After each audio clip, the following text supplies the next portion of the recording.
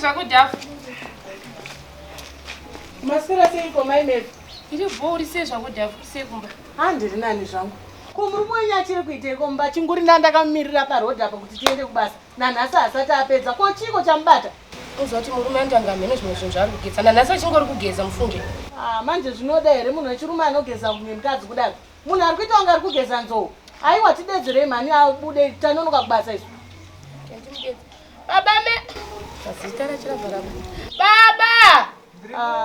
Anonzi Mephibosheti. Munotumidzireiko vana mazita musingagone kudesa? Kwakanaka iri panapa ndiri kushedzwa ndisati ndapedza kana kuti kupfeka kwacho. Aiwa ikwenei kubvunza kuti kwakanaka mhani mambo tasoti inguva here. Tinononoka kubasa mhani. Nguva ndandakatarisa asi ndapedza. Ko apa mashora rudziko andiri kuitirwa pa ndiri kuona kuti bhaketi rangu rebasa ndiri kuona kuti rabva raiswa washeni chaichai. Handi mabhaketi ese panapa anongoshandiswa. Ndangorishandisero because ndatorida because rakanaka futi.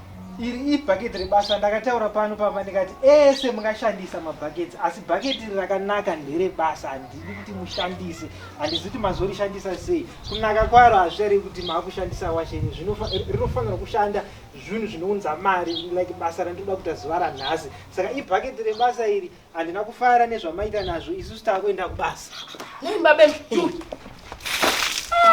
Nei michukati mukara sembe dzangu mugajeni chowadi. Regai monoita zvebasa nokuti bhaketi iri nderebasa hakwete zvokuwachira imimi handei ngativa sei vakadaro. Imbaba imika munongoti simhaza mukusvidzwa mukurara panze nebhaketi renyu. Chokati mukara sembe dzangu panze amukati. Handei kubasa ini. Ndozvamunoita nemudzimai wenyu everyday izvozvo.